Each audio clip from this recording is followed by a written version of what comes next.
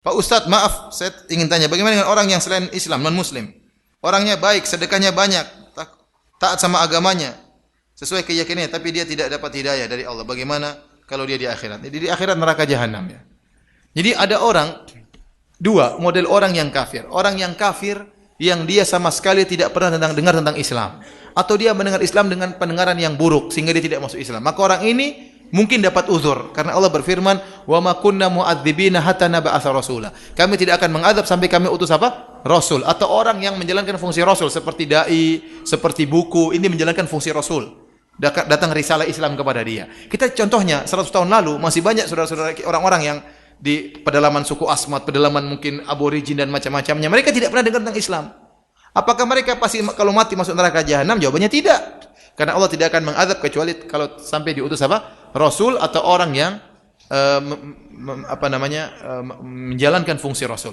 Ada orang tidak pernah kenal Islam, tahu-tahu ada orang Islam datang ke kampung tersebut. Tapi orang Islam ini suka minum bir, suka bohong, suka zina. Ya dia enggak, orang Islam kayak gini dia enggak mau masuk Islam.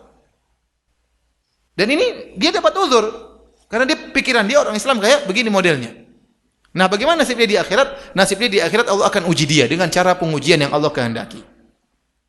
Tapi di dunia kita bilang dia KTP-nya kafir. Kalau dia meninggal tidak boleh dikubur di kuburan orang Islam karena status dia kafir. Tapi bagaimana di akhirat kita enggak tahu.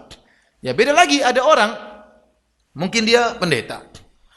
Dia baik, sedekah, tapi dia tahu tentang Islam. Dia baca Al-Quran, dia bisa bahasa Arab, dia tahu Al-Quran, dia mengerti, dia dengar tentang Islam, dia tahu orang Islam baik, tapi tidak mau masuk Islam. Orang ini bagaimana? Kita bilang orang ini tidak dapat uzur, meskipun dia baik. Kenapa? Karena dia berbuat syirik kepada Allah Subhanahu Wa Taala.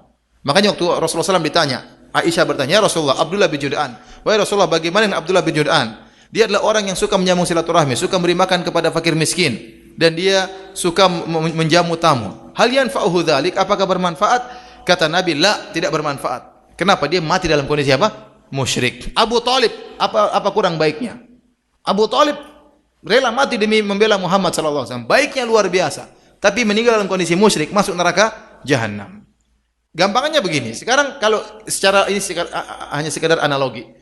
Kalau ada kita sebagai bapak, anak kita ini lahir dari rahim istri kita. Kita yang biasa sejak kecil, kita yang setengah mati cari nafkah untuk membiayain dia, untuk kasih makan dia. Kemudian sudah besar kita sekolahkan dia. Kebutuhannya kita penuhi semuanya. Kita bawa jalan-jalan, kita bawa semua. Kemudian kita kuliahkan.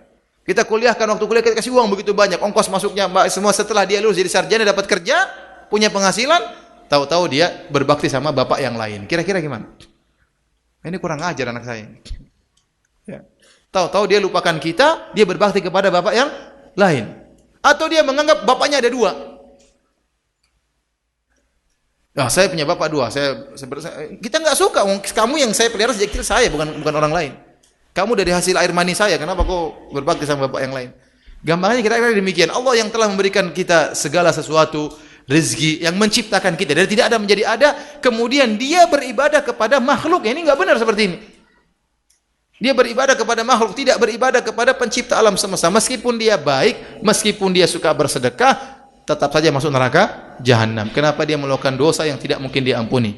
Dosa syirik kepada Allah Subhanahu Wa Taala.